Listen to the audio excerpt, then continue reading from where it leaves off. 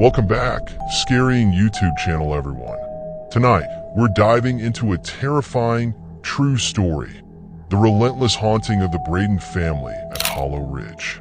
They moved in, hoping for a peaceful life, but instead, they were caught in a nightmare that nearly tore them apart. As you watch, make sure to like, comment, and subscribe to stay up to date on our weekly horror stories. Now, turn down the lights and settle in for the haunting of Hollow Ridge. Before going to the story, make sure to subscribe to my channel because I get motivated to make more scaring and horror stories daily. Subscribe. Let's begin it. The endless nightmare of Hollow Ridge. The Braden family, Tom, his wife Sarah, and their two children, Emily and Jake, had always dreamed of moving away from the noisy city. When they came across an old mansion in Hollow Ridge, they were enchanted. This grand Victorian house was well below market price, sitting in peaceful woods with sprawling gardens and towering trees that made it feel like a haven. The realtor seemed hesitant, warning them that the house had a history, but that only made it more appealing. They signed the contract without a second thought, certain they'd found their forever home. Yet from the moment they crossed the threshold, a palpable sense of unease wrapped around them. The air was thick, carrying an unnatural chill. Shadows seemed to linger in corners, and there was an inexplicable quietness, as though the house were waiting. Phase 1, the stirring. Their first night was punctuated by strange creaks and moans from above. Sarah lay in bed, feeling uneasy as if the house were alive. She woke Tom, who dismissed it as old house noises. But each night, the noises grew louder. The once quiet house now seemed to be in constant motion, especially after midnight. The sounds escalated from simple creaks to what sounded unmistakably like footsteps, pacing slowly but purposefully. Tom tried to dismiss the noises, but Sarah felt something was wrong. She could feel eyes on her, as if something was watching, waiting. One night, unable to take it any longer, Tom ventured to the attic with a flashlight. All he found were dusty boxes and antique furniture, left by previous owners, but nothing that explained the sounds. But then he felt it, a rush of cold air, though no window was open. It brushed past him, carrying the faintest whisper that sent a chill down his spine.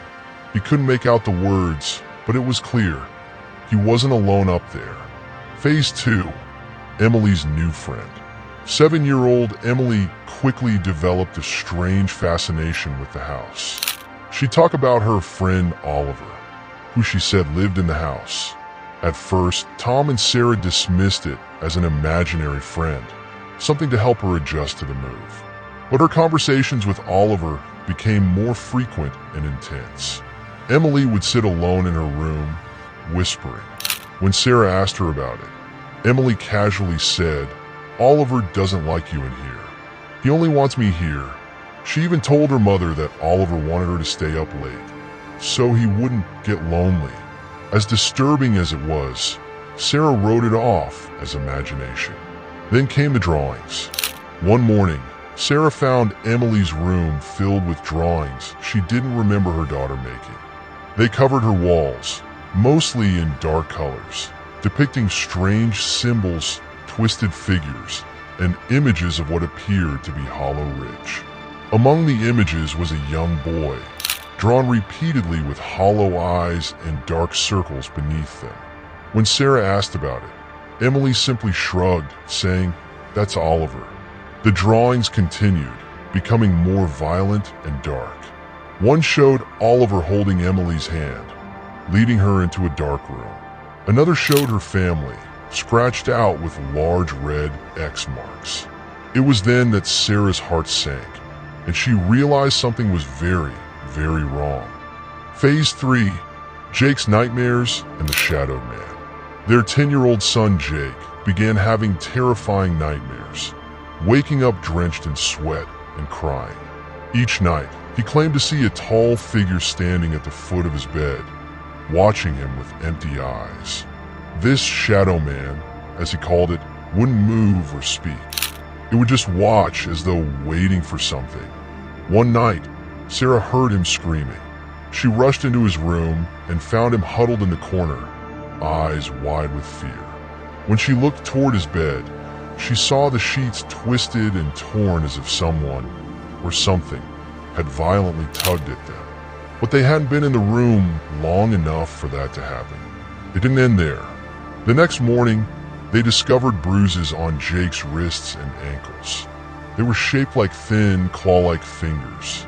Jake was too terrified to go back to his room after that, and the family found themselves huddling together in one room at night, unable to shake the feeling that they were not alone. Phase 4. Uncovering the house's dark history. After Jake's injuries, Tom decided to dig into the history of Hollow Ridge. He went to the local library and found that, over the decades, numerous families had moved in and left suddenly, each under mysterious circumstances. One story, in particular, caught his attention. A family in the early 1900s had experienced a string of tragedies in the house. Their youngest son, Oliver, had drowned in a nearby river. It was said he wandered off after claiming he was following a friend. Just days after his funeral, the boy's father was found dead in the attic. The official report said it was suicide, but locals whispered that he'd been driven mad by something lurking in the house. Since then, every resident of Hollow Ridge had been plagued by similar hauntings. Phase 5. The Priest and the Ritual. Desperate, the Bradens called a priest to bless the house. He arrived with a heavy presence, sensing something immediately. As he walked through each room, his unease grew, especially when he entered Emily's room. He saw the symbols on the walls and froze. "These are not innocent drawings," he said, his voice a mix of dread and urgency. "They are symbols, invitations. Something has been invited into this house, and it has rooted itself here." He warned the family that whatever spirit lingered was incredibly powerful and dangerous. The priest attempted an exorcism, but as he began the prayers, the temperature plummeted and a dark mist filled the room. He continued to pray, even as objects around the room began shaking violently. The Bradens watched in terror as the walls seemed to ripple, and shadowy figures appeared, clawing and reaching. The priest finished the ritual, and the mist cleared, but he left with a grave warning. It is still here. Do not provoke it. You may not survive if you do. Phase 6. The horrific night of revelations. For a few days, the house fell silent. The Bradens thought they might finally be free. But on the third night, the horror returned with a vengeance. They were woken by the sound of Emily laughing, a shrill, unsettling giggle that didn't sound like her own.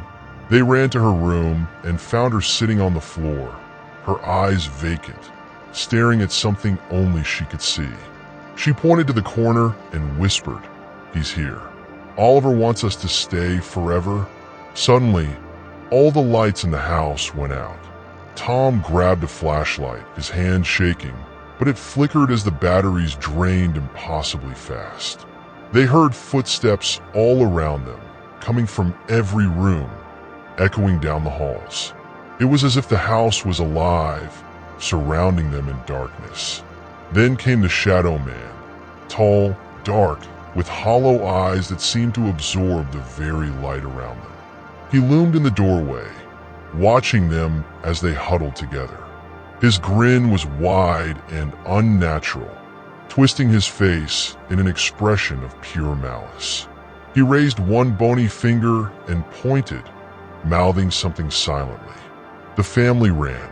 They scrambled down the staircase, but as they reached the front door, they found it locked, sealed as if by an invisible force. They banged and screamed, desperate to escape. Suddenly, a loud crash echoed from the attic, and they heard something heavy dragging across the floor above them. Then Emily screamed, "He's coming!" Phase 7, the final escape. The Bradens made one last, desperate attempt to break down the front door. Tom threw his entire weight against it, and finally, with a crack, it burst open.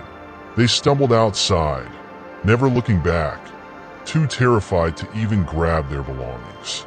As they drove away, they looked back to see the shadowy figure standing in the attic window, watching them with hollow eyes.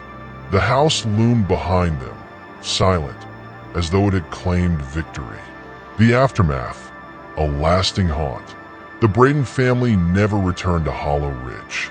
They abandoned all their possessions and started fresh, but the memories haunted them for years. Emily still claims that Oliver visits her in her dreams, warning her of the Shadow Man and reminding her to never come back. Tom and Sarah never fully recovered. They try to move on, but the experience lingered, leaving an invisible scar on their lives. And to this day, Hollow Ridge stands empty, waiting, as if the house itself is simply biding its time, waiting for the next family to dare step inside. Thank you for joining us on this journey into the nightmare of Hollow Ridge. Was it just the imagination of a family under stress, or something far more sinister? If this story gave you chills, don't forget to like, comment, and subscribe for more tales of the supernatural and unknown.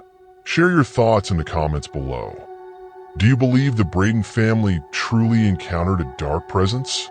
Until next time, stay safe and sleep well.